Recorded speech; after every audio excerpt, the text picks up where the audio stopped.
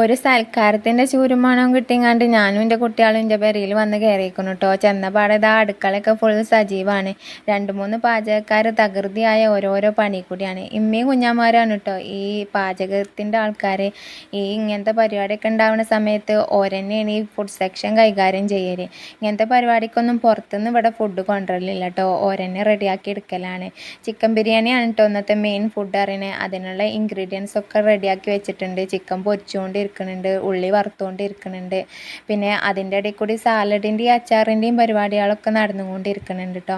ഇവിടെ വന്നാൽ പിന്നെ എനിക്ക് പ്രത്യേകിച്ച് പരിപാടിയൊന്നും അടുക്കളയിൽ ഉണ്ടാവലില്ല കേട്ടോ. ഓരന്നെയാണൊക്കെ മെയിനായിട്ട് ചെയ്യലുള്ളത്. ഇതൊക്കെ ഇങ്ങനെ കണ്ടും വീഡിയോ എടുത്തും കൈ കിട്ടുന്നതൊക്കെ തിന്നും കുടിച്ചൊക്കെ ഇങ്ങനെ ഇരുന്നാൽ മതിയാകും. പിന്നെ ബിരിയാണീൻ്റെ ഒരു ഡീറ്റെയിൽഡ് വീഡിയോ മേക്കിംഗ് വീഡിയോ ഒക്കെ ചെയ്യണമെന്നുണ്ടായിരുന്നു. അതിന് നമ്മൾ ഒട്ടും കോപ്പറേറ്റീവ് അല്ലായിരുന്നു, ആരടുത്തേക്കും പോവുണ്ടായിരുന്നില്ല. അതുകൊണ്ട് അവിടെ ഇവിടെയൊക്കെ ഓരോ ക്ലിപ്സേ എനിക്ക് കിട്ടിയുള്ളൂ.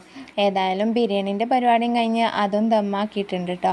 അത് കഴിഞ്ഞിട്ടാണ് ജ്യൂസിൻ്റെ പരിപാടിക്ക് കിടക്കുന്നത്. ജ്യൂസിൻ്റെ പരിപാടി ഞാൻ ഏറ്റെടുത്തിട്ടുണ്ടായിരുന്നു. ക്യാരറ്റ് വെച്ചിട്ടാണ് ജ്യൂസ് ഉണ്ടാക്കിയത്. ജ്യൂസിൻ്റെ പരിപാടിയും കഴിഞ്ഞ് അത് റെഡിയാക്കി അതും ഫ്രിഡ്ജിൽ കയറ്റി വെച്ച് പിന്നെ റെഡിയാക്കി വെച്ച കസ്റ്റാർഡ്ക്ക് കട്ട് ചെയ്ത് വെച്ച കുറച്ച് ഫ്രൂട്ട്സ് ഇട്ടുകൊണ്ട് മിക്സ് ചെയ്യേണ്ട ആവശ്യം ഉണ്ടായിരുന്നുള്ളൂ. പരിപാടി കഴിഞ്ഞിട്ടുണ്ടായിരുന്നു.